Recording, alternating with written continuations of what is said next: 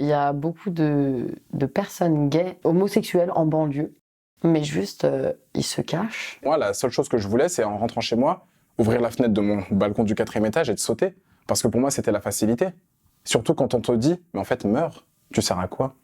T'es gay, t'as même pas honte.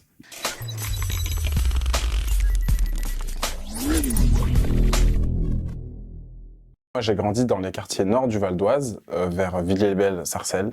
Et c'était considéré comme quartier tendu, quartier chaud. On voyait beaucoup la police et les collèges, les lycées étaient classés ZEP.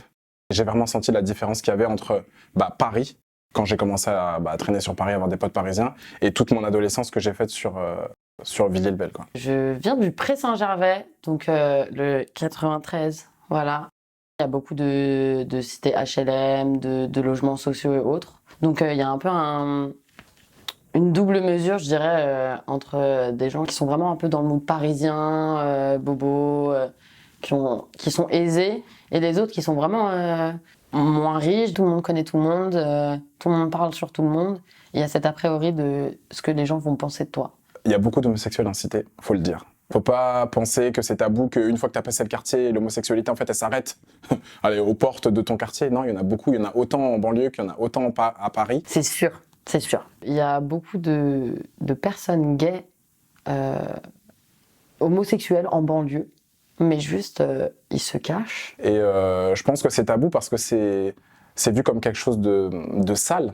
C'est vu comme quelque chose de pas propre. Que ce soit au niveau de la religion, que ce soit même au niveau des mœurs. Je sais pas pourquoi les gens, l'homosexualité, tout de suite, ils imaginent quelque chose de très dramatique. À 13 ans, j'ai compris que j'étais différent. C'est à ce moment-là, moi, en colonie de vacances, que j'ai compris que j'aimais les garçons. Et j'ai eu mon premier copain à 13 ans. Moi, j'étais condamné. Je me suis dit, ça y est, c'est fini, c'est foutu, je vais aller en enfer, c'est fini pour moi. Comment je vais le dire à mes parents? Comment je peux me regarder dans une glace? Parce que pour moi, comme je l'entendais, l'homosexualité était une maladie. Les premières choses que j'ai pu me dire, c'est je suis malade, c'est j'ai un problème, je peux pas en parler, il faut que je me fasse soigner. Je sais que j'aime les filles depuis toujours. Et c'est au collège, en fait, que je me suis rendu compte que y a un truc qui clochait. J'ai rencontré la première fille dont je suis tombée amoureuse en 5e. Ça a été compliqué parce que du coup, je me suis cachée. Parce que je comprenais bien que je grandissais dans un environnement quand même homophobe, pas très ouvert. Et je me rappelle que j'étais un peu en conflit avec moi-même du coup. Parce que je me disais, est-ce que je suis normale? Est-ce que c'est moi qui ai un problème ou pas? Être homo en banlieue, c'est jouer un rôle. C'est faire semblant, c'est mentir. Mentir aux gens et mentir à soi-même. Le plus triste dans l'histoire, c'est se mentir à soi-même. Parce qu'on est obligé de faire semblant, on est obligé de faire le comédien pour pouvoir être accepté. Et je pense que c'est ça qui est vraiment très compliqué. On se sent seul, incompris et un peu isolé quand même. Pour ma part, j'ai eu la sensation de devoir rentrer dans des codes et de jouer un peu l'acting. C'est-à-dire quand devant tout le monde faire ah ouais, il est trop beau ce mec, alors qu'en vrai je m'en fous. Moi c'est plutôt sa copine que je regarde. Enfin des trucs comme ça et essayer d'avoir des comportements normaux qu'on t'oblige à avoir pour être accepté. Je me sentais seul. J'avais pas d'image. J'avais pas entre guillemets de symbole où je pouvais m'identifier. J'avais rien. Les seuls homos que j'avais, c'était les homos qu'on voyait dans les téléréalités, dans les choses comme ça, les trucs des fois, c'est malheureux à dire, mais hyper stigmatisés. Et les gens, enfin moi, vu que j'étais un petit jeune et que je voyais ça, je me disais non, en fait, c'est pas moi, je suis pas comme ça. Et j'essayais d'être le moins maniéré possible, de traîner avec le moins de filles possible pour avoir le moins de jugement possible. J'avais un pote au collège qui était aussi gay. On s'est juste dit, bon, viens, on fait genre, on sort ensemble, tu vois. Et on l'a fait. On se mettait des messages sur nos Facebook respectifs. J'ai adoré cet après-midi avec toi. On n'était pas du tout ensemble l'après-midi. Enfin, que des trucs comme ça. Au collège, on se tenait un peu, genre en mode j'avais les mains sur son torse, il avait les mains autour de moi. Enfin, n'importe quoi. Le truc en plus, vraiment, mais zéro crédibilité. Hein, bon. Vraiment, Moi, justement, il fallait que je mette toute une stratégie en place pour pouvoir vivre tranquillement. Je me rappelle avoir été dans la cour de récré. Je m'entendais bien avec une fille qui était une amie, entre guillemets. Et j'ai fini par lui dire, écoute, ce serait cool qu'on essaie de voir si on peut se mettre en couple, essayer quelque chose. La première chose qu'elle m'a dit, c'est, je ne suis pas lesbienne.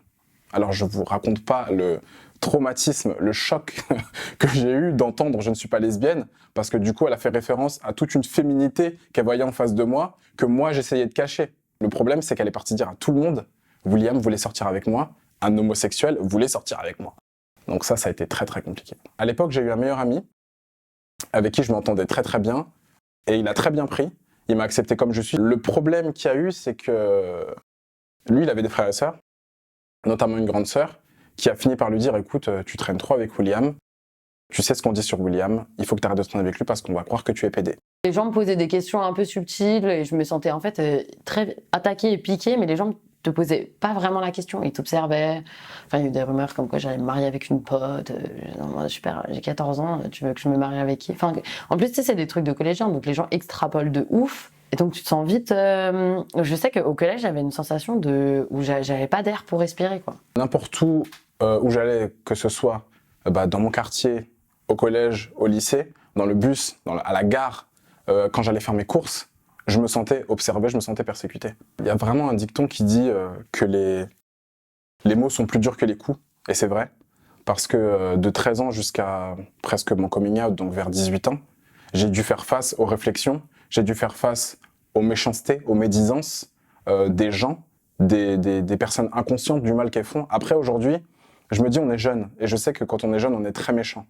Donc, c'est pas que je leur en veux plus, c'est qu'ils étaient, entre gros guillemets, ignorants, c'est qu'ils connaissaient pas, et que la différence, ça fait toujours peur. Se lever le matin et se dire, je vais aller au collège, qu'est-ce que je vais entendre aujourd'hui? Qu'est-ce qu'on va me dire? Qu'est-ce que je vais devoir affronter?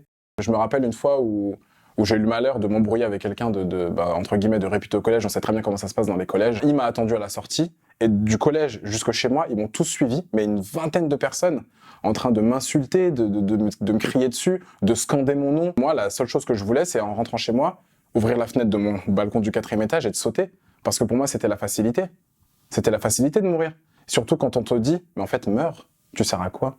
T'es gay, t'as même pas honte. Ta famille, qu'est-ce qu'ils vont penser? Tu te dis, mais en fait, ils ont raison. J'ai pas eu d'idée noire, parce que j'ai eu de la chance d'avoir quand même si mes potes me comprenaient pas, j'ai eu de la chance d'être quand même bien entourée. Mais quand j'étais plus jeune, ouais, il y a un moment au collège où j'étais vraiment pas bien. J'ai pas eu de pensée suicidaire. Je me suis pas dit, faut que j'en finisse. Parce que du coup, j'étais pas encore à ce stade-là. Enfin, j'étais pas out. Donc du coup, en plus, j'étais encore hyper protégée. Je me faisais pas harceler non plus. Enfin, pas au point de vraiment que ça devienne anxiogène. Si je compte le nombre de fois où j'ai voulu mourir, 3 fois.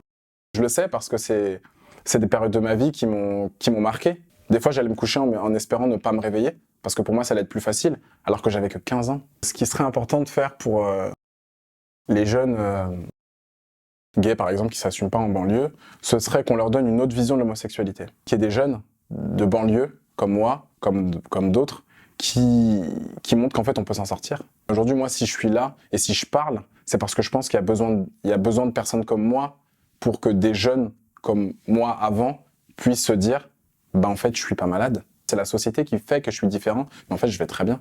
En fait, je crois que les gens comprennent pas. Et je pense que c'est juste parce que du coup, il n'y a pas de représentation. C'est-à-dire que si demain Booba disait qu'il était gay, ça aiderait pas mal de gens, je pense, aussi. Il y a aussi un truc de religion pour certains. C'est interdit, donc pour eux, c'est en mode « Oh mon Dieu, mais c'est péché ». Les gens, ils savent pas ce que c'est et ils ont des préjugés, mais qui datent du Moyen-Âge. Sur l'homosexualité, parfois, c'est affolant. Je travaille dans un lycée, donc je parle souvent avec des lycéens, de banlieue en plus, puisqu'il a Bagnolet, mon lycée. Et pareil, ils te renvoient ça soit à la religion, soit à rien, parce qu'en fait, leurs arguments, ils sont pas fondés. Si je pouvais parler à quelqu'un de plus jeune aujourd'hui, qui s'assumerait pas en 2020 et qui vit dans un quartier, écris. Parce que moi, c'est la chose qui m'a sauvé. Parce que moi, j'écrivais, et ça m'a fait du bien. Les mots que je ne pouvais pas dire, que je pouvais pas dire à haute voix, je les ai écrits. Et ça m'a sauvé. Donc moi, je te conseillerais d'écrire, de penser aussi, de se poser, de penser, de réfléchir, et sois fort, tout simplement. Je dirais, accroche-toi. Il faut avoir du courage, s'accrocher. Ça va aller mieux, bientôt. Quand tu auras 18 ans, quand tu auras plus de liberté d'être toi-même et de pouvoir sortir de ton contexte actuel. Donc soyez courageux, restez vous-même, aimez-vous. Et voilà.